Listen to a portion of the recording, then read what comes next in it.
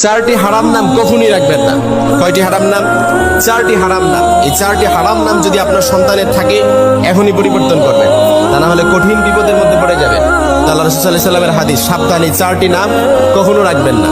এক নাম্বার হচ্ছে মালিকুল মুলক, দুই নাম্বার হচ্ছে মালিকুল আমলাক, মালিকুল আমলাক। তিন নাম্বার যে নামটি রাখবেন না সেটি হচ্ছে শাহানশাহ। শেষ লাস্ট চতুর্থ নাম্বার যে নাম সেটা হচ্ছে আল্লাহর সাথে সংশ্লিষ্ট নাম, যেটার সাথে শিরিক সংশ্লিষ্টতার গন্ধ পাওয়া যেতে পারে, আল্লাহর সাথে সংশ্লিষ্ট। চারটি হারাম নাম কখনই রাখবেন না। কয়টি হারাম নাম?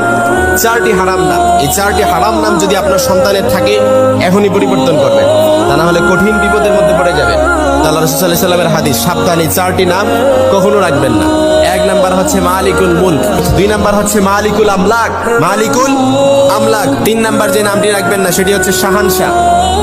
শেষ লাস্ট চতুর্থ নাম্বার যে নাম সেটা হচ্ছে আল্লাহর সাথে সংশ্লিষ্ট নাম, যেটার সাথে শিরিক সংশ্লিষ্টতার গন্ধ পাওয়া যেতে পারে, আল্লাহর সাথে সংশ্লিষ্ট।